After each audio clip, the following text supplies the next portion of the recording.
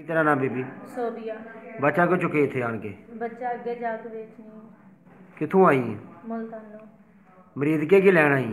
मरीज के तो काम यही करन आई बच्चे। बच्चा चुकन आई? चुक के की करदे हो? बेच। किन्ने दा? 35-40 का।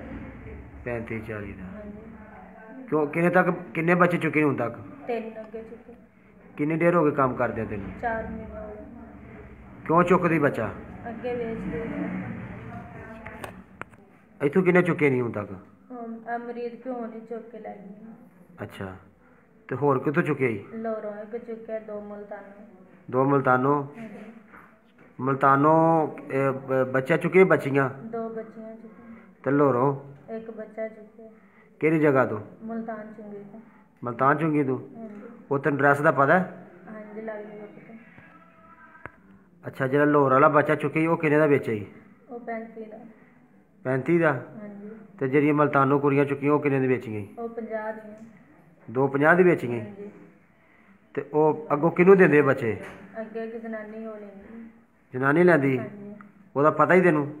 नहीं, मैनू नहीं पता, मेरा बंदा लैके जांदा अगे। अच्छा, चुकनी तू है? हाँ जी। वो बंदा तेरा जन्म नहीं है, झूठा है? निकाह किया उसने। सच्चे ही निकाह किया है? हाँ जी, मौलवी को निकाह करवाया। ਉਹਦਾ ਨਾਂ ਕੀ ਬੰਦੇ ਤੇਰੇ ਦਾ? अल्ताफ हुसैन। ਤੇਰਾ ਨਾਂ ਕੀ ਹੈ? सोबिया बीबी।